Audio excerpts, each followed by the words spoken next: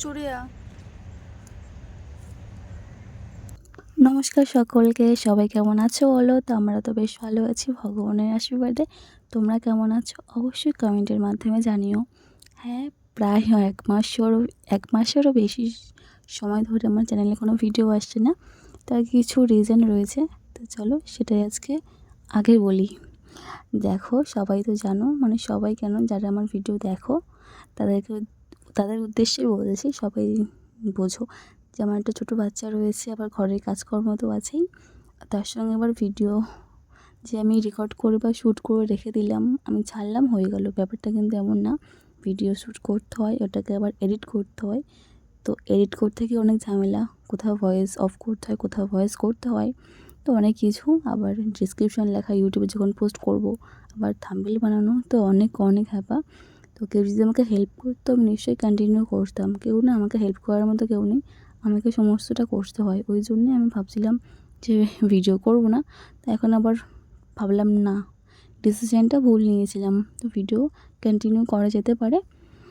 তো যেহেতু যেখানে আমি 2 দিন পর পর করছিলাম ভিডিও পোস্ট, সেখানে নয় আমি 4 দিন পর পর ভিডিও পোস্ট করব, কিন্তু ভিডিওটা আমাকে কন্টিনিউ করতেই হবে। ওই জন্যে আর কি, যা ভাবা তাই কাজ শুরু করলাম।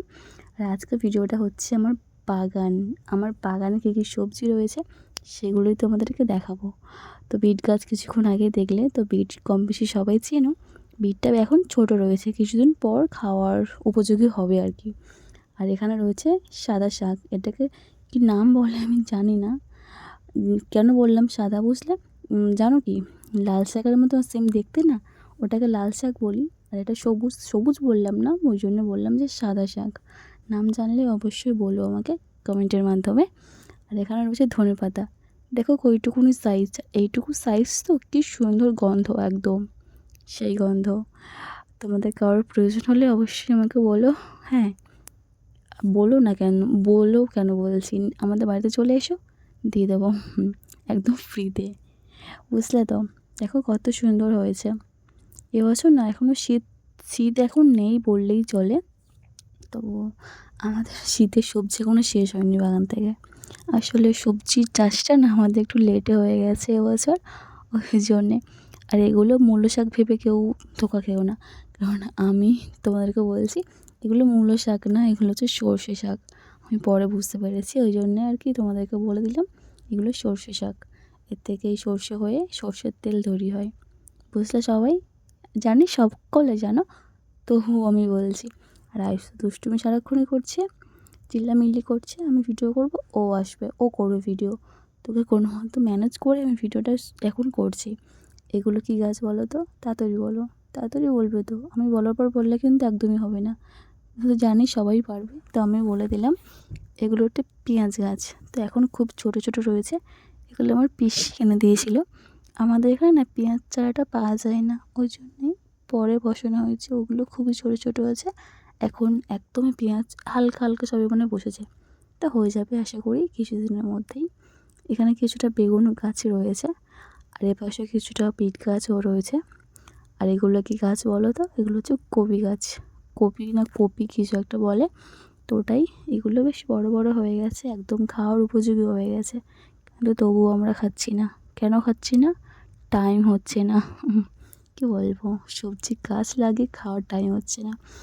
আর এগুলো কি বড় বড় হয়েছে না, মিথ্যে বলবো না, একবার বুঝলে সার দিয়েছিল, তো একবার সার দেওয়ার ফলে এত বড় বড় হয়ে গেছে একদম। আমাদের মানে একটা সবজি না বারে বারে খেতে ভালো লাগে না, একবারে রান্না করলে খাওয়া হয়ে যায়। তো আমরা কম মানুষ আর বেশি বেশি খাই না, তো ওই জন্যে আর কি সবজি পড়ে রয়েছে, খাওয়া হচ্ছে না। আর আশেপাশেও লোককে বললেও কেউ খেতে চায় না, বুঝলে? ওই জন্য সব নষ্ট হয়ে যাচ্ছে। আর এখানে রয়েছে, এটা হচ্ছে পালং শাক, সকলে চেনো, সবারই আশা করি ভালো লাগে শীতের সবজি হিসাবে। আর এটা এখন আর পালং শাক নেই, এটা এখন শীষ পালংয়ে পরিণত হয়েছে। দেখে বুঝতে পারছো, আমার বেশ ভালো লাগে, মানে শাকের থেকে শীষ পালং হয়ে যাবে, মানে ডাঁটি থাকবে, ওটাকে চচ্চড়ি করে খেতেও ওয়াও, আমার বেশ ভালো লাগে। বেশ কেন বলছি, খুব ভালো লাগে।